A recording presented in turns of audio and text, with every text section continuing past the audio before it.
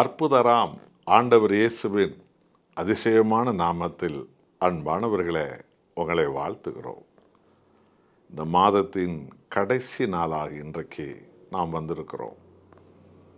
பிறக்க போகிற புதிய மாதத்தில் விடுதலையும், பாவ மன்னிப்பும், ரட்சிப்பும், ஆசீர்வாதங்களும், அடையாளங்களும், தெய்வ பிரசன்னங்களும், புதிய புதிய ஆசீர்வதிக்கப்பட்ட கதவுகளும், வாலிப பிள்ளைகளுக்கு திருமண கதவுகளும், எதிர்கால திட்டத்துக்குரிய பல ஆசீர்வாதமான கதவுகளும், உங்கள் வியாபாரத்தில், தொழிலில் பல உயர்ந்த அடையாளங்களையும், வீடு வாங்குவது, நிலம் வாங்குவது, திருமண காரியங்கள் ஈடுபடுவது என்று சகலவற்றிலும் ஆசீர்வதித்து பரிபூர்ண சுகத்தை கொடுத்து இயேசுவுக்கு சாட்சியாக உங்களை நடத்த இந்த மாதத்தின் கடைசி நாளாகி இன்றைக்கு நம்முடைய ஆவி, ஆத்தும, சரீரத்தை தேவ சமூகத்தில் அர்ப்பணித்து நாம் மன்றாடுவோம். யோபின் புஸ்தகம் 13ஆம் அதிகாரம் 23வது வசனம் இப்படியாய் சொல்கிறது: என் அக்கிரமங்களும் பாவங்களும் எத்தனை, என் மீறுதலையும் என் பாவத்தையும் எனக்கு உணர்த்தும். அன்பானவர்களே, தேவனாலே தான் நான் ரட்சிப்பை பெறணும், பாவத்திலிருந்து விடுதலை பெறணும். ஆகவே பாவிகளை மீட்க வந்த ஆண்டவராக இயேசு கிறிஸ்து நமது பாவங்களுக்காக சிலுவையில் ஆக்கினை ஏற்றுக்கொண்டார், அவமானங்களை ஏற்றுக்கொண்டார், துக்கங்களை, பாடுகளை, சாபங்களை, நோய்களை ஏற்றுக்கொண்டார். நம்மேல் வைத்த நித்திய அன்பு, பாவத்தின் சம்பளமான சாவையே ஆண்டவர் இயேசு ஏற்றுக்கொண்டார்.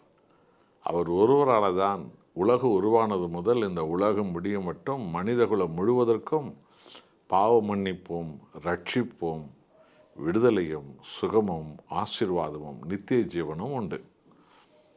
ஆகவே அந்த விடுதலை கொடுக்கும் தேவனிடத்தில் நமது பாவங்கள் என்னென்ன என்பதை உணர்த்தபடி நாம் கேட்க வேண்டும். நம்முடைய மீறுதல்கள் என்னென்ன என்பதை உணர்த்தும்படி, அவைகளிலிருந்து நாம் பரிபூர்ண விடுதலை பெறும்படி தேவ சமூகத்தில் நாம் கதற வேண்டும். அதை தான் இந்த வசனம் நமக்கு உணர்த்துகிறது. ஆகவே பழையவைகள் ஒழிந்து போனால்தான் புதியவைகள் ஆரம்பிக்கப்படும். அன்பானவர்களே, இந்த மாதத்தின் கடைசி நாளில் புதிய காரியங்களை பிறக்கப் போகிற புது மாதத்தில் பெறுவதற்கு ஆயத்தமாகுங்கள். பழையவைகள், அவசியமில்லாத கேடுபாடுகள், குறைகள், குற்றங்கள், மாம்சிகங்கள், உள்ளொன்று வெளியொன்று ஜீவியங்கள், பகை விரோதங்கள் எல்லாவற்றையும் சிலுவையின் கீழே நாம் ஒழித்து விடுவோம்.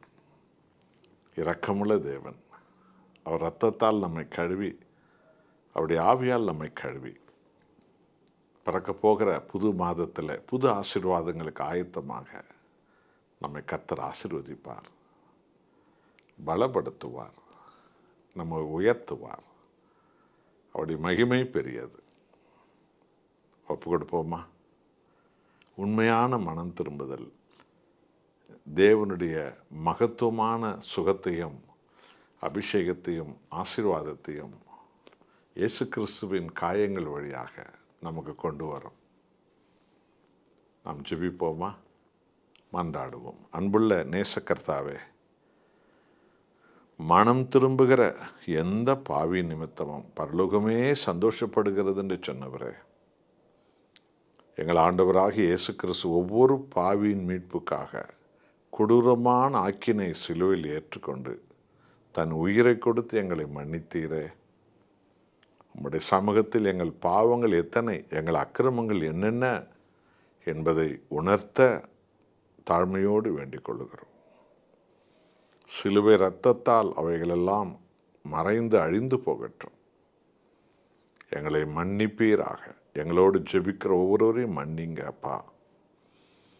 புதிய மாதத்தில் புதிய ஆசீர்வாத அடையாளங்கள், அற்புதங்கள், சுகபலன்கள், புதிய திருமண கதவுகள், புதிய கற்பங்கள் திறந்து பிள்ளைகளை பெற ஆசீர்வாதங்கள், வீடு நிலங்கள், மேலான ஆண்டவரே ஞானங்கள் உமது பிள்ளைகளை இறங்கி வந்து உயர்த்துவதாக.